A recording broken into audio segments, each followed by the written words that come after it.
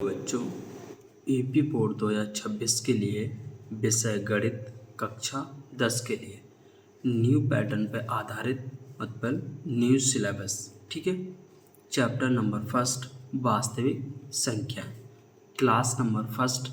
हम जो क्वेश्चन होंगे उनको हल करेंगे। ठीक है। एक चीज़ ध्यान रखिए, अभ्यास हल करने से पहले हम उदाहरण को भी हल करेंगे, जिससे हमारा कोई भी एग्ज़ाम के लिए क्वेश्चन ना छूटे। ठीक है। देखिए, इससे पहले एक प्रमेय दे रखी है, इसमें मैं आपको बिल्कुल कॉन्सेप्ट के साथ सिखाऊंगा, एक भी चीज़ छोड़ूंगा नहीं। ठीक है। देखिए क्या प्रमेय है, अंकगणितीय की आधारभूत प्रमेय। ठीक है। एक गणितज्ञ थे जिनका नाम था कार्ल फ्रेडरिक गॉस। इन्होंने ये प्रमेय दी थी, जिन्हें हम गणितज्ञों का राजकुमार भी कहते हैं।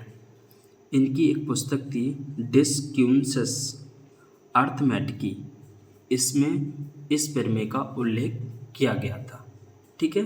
अब समझिए ये प्रमेय क्या होती है।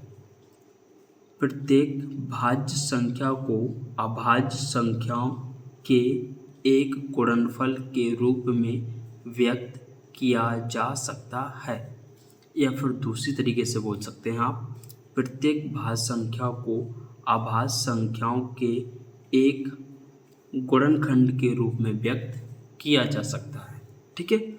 आगे क्या है, यह गुणनखंड अभाज्य गुणनखंडों के आने वाले क्रम के बिना, मतलब क्रम नहीं होगा, क्रम के बिना अद्वितीय, अद्वितीय का मतलब होता है यूनिक है। ठीक है। यूनिक होता है कि मतलब एक अनोखा ये गुण पाया जाता है, ऐसे भी आप समझ सकते हैं। ठीक है। अब समझिए इसे एग्जाम्पल से क्या है, जैसे उदाहरण है, उससे पहले समझिए आप भाज्य और अभाज्य संख्या क्या होती है, जिससे आप इस एग्जाम्पल को और आसानी से समझ लें। देखिए, अब हम समझते हैं भाज्य संख्या क्या होती है। वह संख्या जो स्वयं व एक, ठीक है, के अलावा कम से कम एक गुणनखंड और हो, तब वह संख्या भाज्य संख्या कहलाती है। समझिए, जैसे ये 4 है, 4 स्वयं का मतलब 4 ही होगा, 4 से कट जाएगा, 4 एकम 4, 1 से भी कट जाएगा, 1 का पहाड़ा 4 में चला जाएगा। अब देखिए ये संख्या 4 2 से भी कट जाएगी। समझ गए ना। स्वयं और एक, स्वयं का मतलब 4 और 1 है, और कम से कम एक और हो, कम से एक और हो। देखिए 2 एक गुणनखंड और है इसका, तो इसका मतलब 4 एक भाज्य संख्या है। ठीक है। ऐसे ही 6 को देखिए, 6 है, 6 से कट जाएगा, स्वयं से कट गया, 1 से कट जाएगा, 2 से भी कट जाएगा, और 1 3 से भी कट जाएगा। ठीक है। स्वयं और 1 से तो कट रही है, कम से कम 1 से अधिक गुणनखंड हो तो और अच्छा है। ठीक है। जैसे 1 2 भी है और 1 3 भी है, मतलब 2 गुणनखंड इसके और भी हैं, तो कह सकते हैं 6 भी एक भाज्य संख्या है। ऐसे 8 भी एक भाज्य संख्या है। ठीक है। अब समझिए अभाज्य संख्या क्या होती है। अभाज्य संख्या वह संख्या जो एक व स्वयं से केवल विभाज्य हो, कोई और ना हो, केवल 1 से विभाज्य हो और स्वयं से हो, हम उसे क्या कहेंगे, अभाज्य संख्या कहलाती है, या फिर हम कहते हैं। जैसे समझिए 2 है यहाँ पर। ठीक है। 2 से कटेगा और 1 से कटेगा।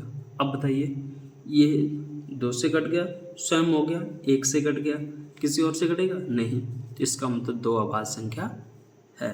अब समझिए 3 को, 3 स्वयं से 3 हो गया, 1 से कट गया, इसका मतलब 3 अभाज्य संख्या है। ऐसे 5 को समझिए, 5 स्वयं से कट गया 5, और 1 से कटेगा, इसका मतलब 5 अभाज्य संख्या है। ठीक, समझ गए आप। अब समझिए उदाहरण। ठीक है। उसने कहा था प्रत्येक भाज्य संख्या, तो देखिए 50 है, इससे पहले चेक करो ये भाज्य है या नहीं। देखिए 50 से कट जाएगा, 1 से भी कट जाएगा, और देखिए 2 से भी कट जाएगा, 5 से भी कट जाएगा 50।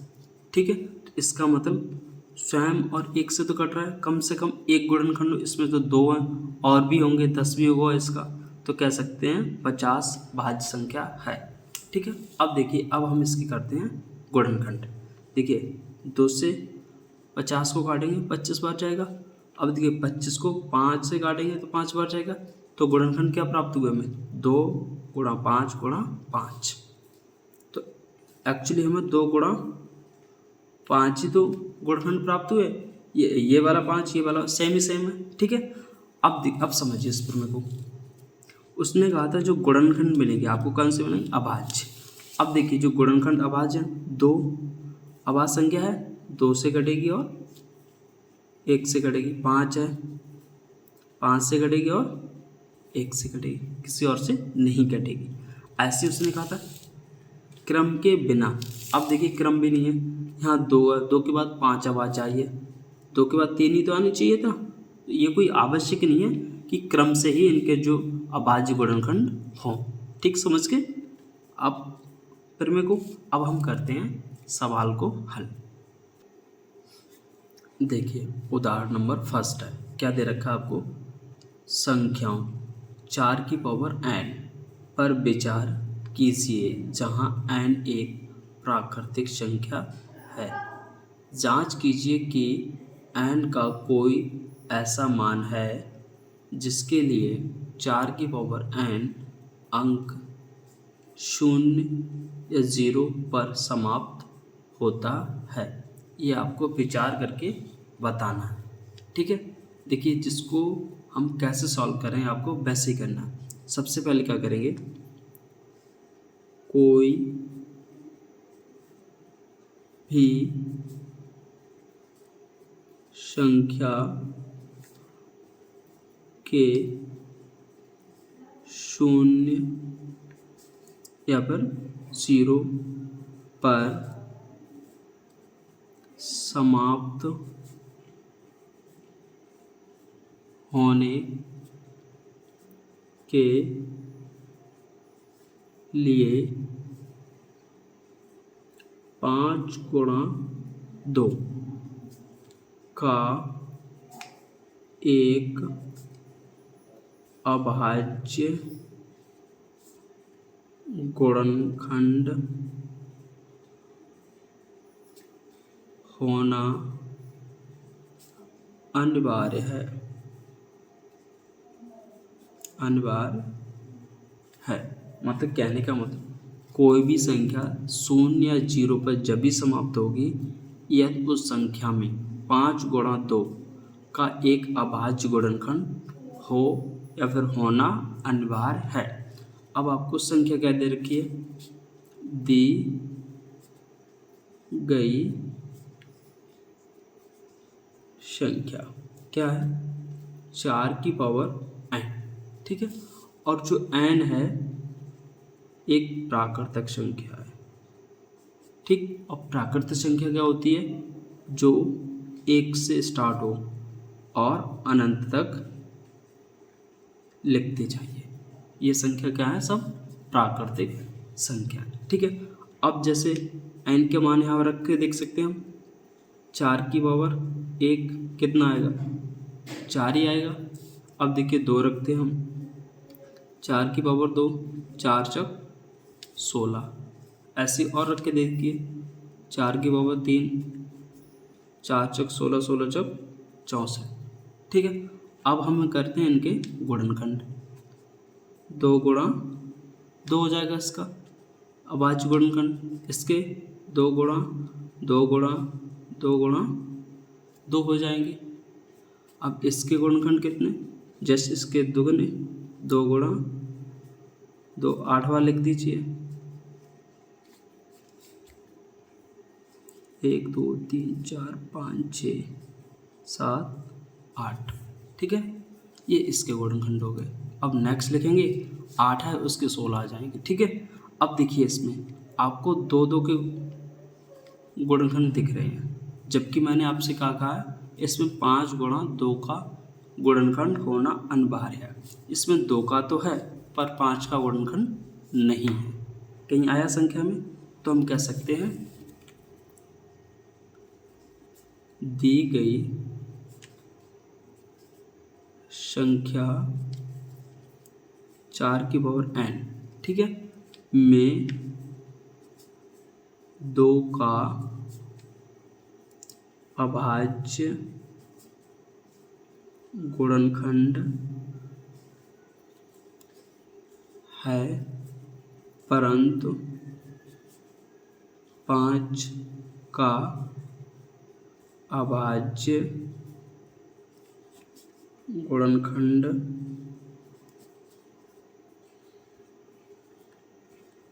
नहीं है। अतः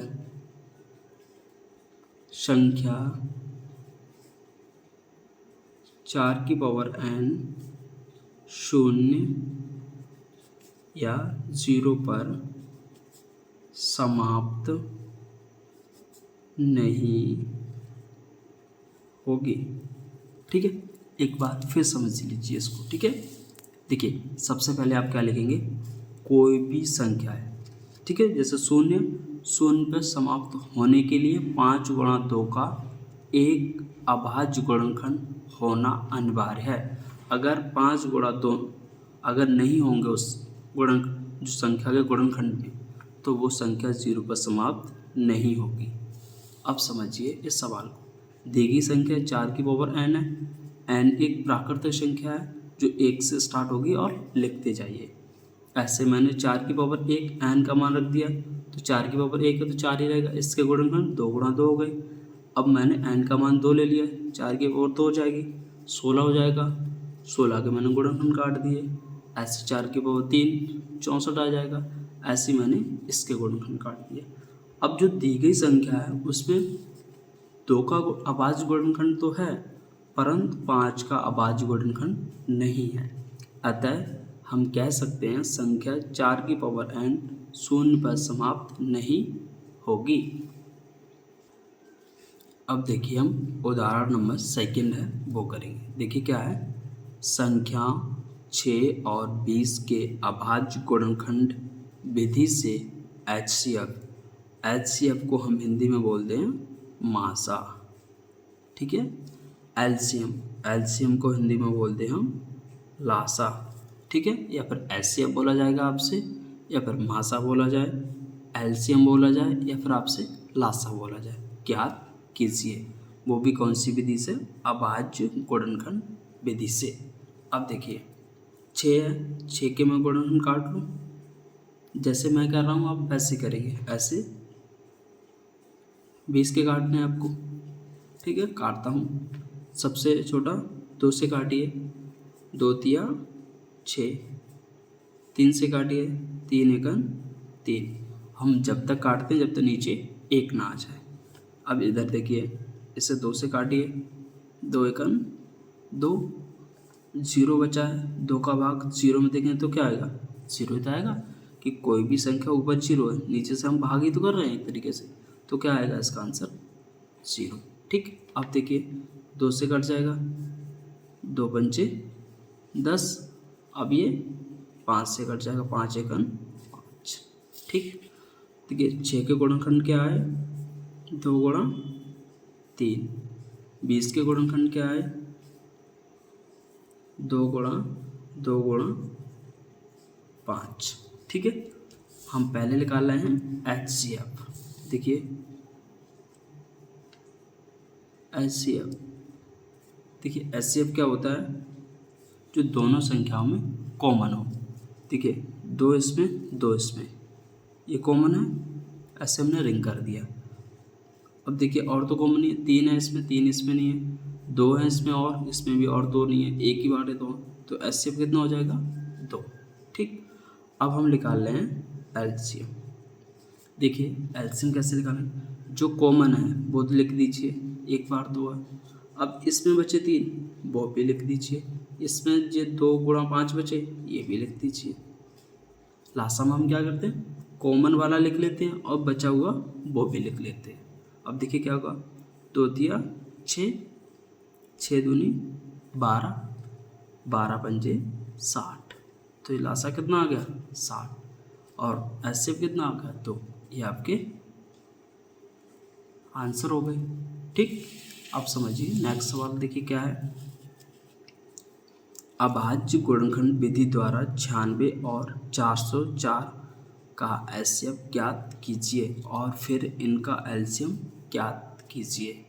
96 है तो हम सबसे पहले अभाज्य गुणनखंड काटेंगे, लीजिए 404 के भी काट देते हैं, लीजिए।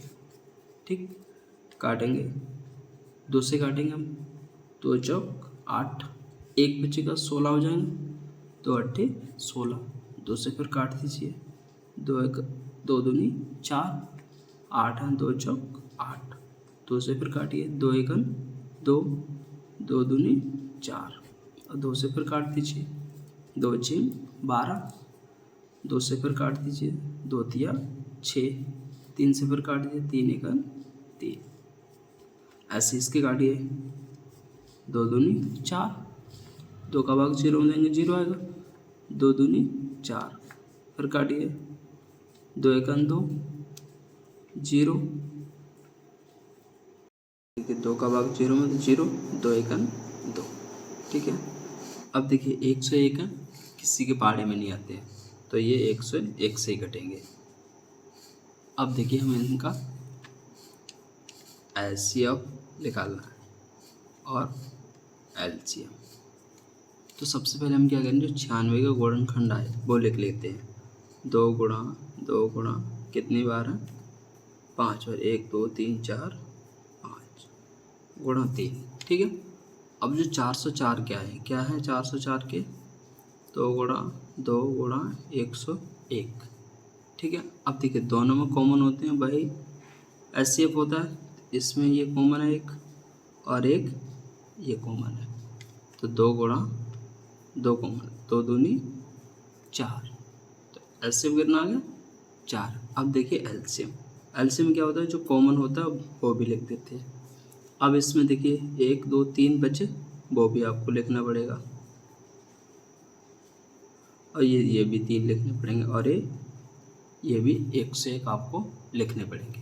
ठीक है, अब समझिए, अब गुणा करिए, 2 दूनी 4, 4 दूनी 8, 8 दूनी 16, गुणा 2 तिया 6, 6 का गुणा 101 में करेंगे तो 6 एकन 6, और 6 का गुणा 0 से तो 0 आएगा, और 6 का गुणा 1 से 6 आएगा। ठीक है, अब क्या करेंगे, 16 का गुणा 606 से करिए, 16 पंजे 80, 16 छिक्का 96, तो 6 आएंगे, हासिल कितना 9, 16 का गुणा 0 से होगा तो 0 होगा, और 9 कितना आएगा 9, 16 छिक्का 96, तो एलसीएम कितना है 96 96, ये आपका आंसर हो गया। क्या है, संख्या 6, 72 और 120 का अभाज्य गुणनखंड विधि द्वारा एचसीएफ और एलसीएम ज्ञात कीजिए। तो हम गुणनखंड काट लेते हैं इनके, 6 का 72 का 120 का। ठीक है, देखिए तो क्या होगा, 2 तिया 6, 3 एकन 3, अब इसके काटेंगे, 2 तिया 6, 1 बचा 12, 2 छिंग 12, अब 2 से 2 एकन 2, 1 बचेगा 16, 2 अट्ठे 16, फिर काटेंगे, 2 नेम 18, अब देखिए 3 तिया 9, 3 एकन 3, अब 120 के देखिए, 2 छिंग 12, 2 का भाग 0 में 0, 2 से फिर काटेंगे, 2 तिया 6, 2 का भाग 0 में तो 0, 2 से फिर काटेंगे, 2 एकन 2, 1 बचेगा 10 हो जाएंगे, 2 पंचे 10, अब देखिए 3 से काटेंगे तो 5 15, अब 5 से काटेंगे, 5 एकन 5। ठीक है, अब देखिए 6 के गुणनखंड क्या थे, 2 गुणा 3, 72 के क्या थे, लिख दीजिए 2 गुणा 2 गुणा 2 गुणा 3 गुणा 3। अब देखिए 120 के क्या है, 2 गुणा 2 गुणा 2 गुणा 3 गुणा 5। ठीक है। अब हमें इनका निकालना है एलसीएम और एलसीएम। देखिए एलसीएम क्या होता है, 3 संख्या है तो तीनों में कॉमन होना चाहिए। अब 2 2 2 तीनों में है। अब देखिए 3 3 3 3, इसमें भी है, तीनों में है 3, ठीक है। तो क्या होगा, 2 गुणा 3, ये वाले और एक 3 ही है, 2 3 6, ठीक है। अब देखिए एलसीएम क्या होता है, कॉमन, कॉमन गुणा 2 और 3 कॉमन लिख दिए। अब देखिए यहाँ से क्या बचेगा, अब समझिए ये वाले 2 हैं, ये भी 2 हैं, ये भी 2, ये भी है। अब आपको ये 4 बार नहीं लिखने हैं, इसमें भी है, इसमें भी है, इसमें भी है, इसमें भी। तो सिर्फ आपको एक, ये 2 लिखने हैं, इसके भी 2। अब आपको इसके पेयर बनाए, 2 में है तो सिर्फ 2 बार लिखेंगे, 2 ना कि 4 बार। समझ गए आप। अब समझिए 3 नहीं है किसी में कॉमन तो आपको लिख लेने हैं, ऐसे 5 किसी और में नहीं है तो आपको लिख लेने हैं। समझ गए। अब देखिए 2 3 6, 6 दूनी 12 गुणा 2 3 6, 6 पंजे 30, 12 3 36, 0 पीछे से लगा दीजिए। ये आपका एलसीएम।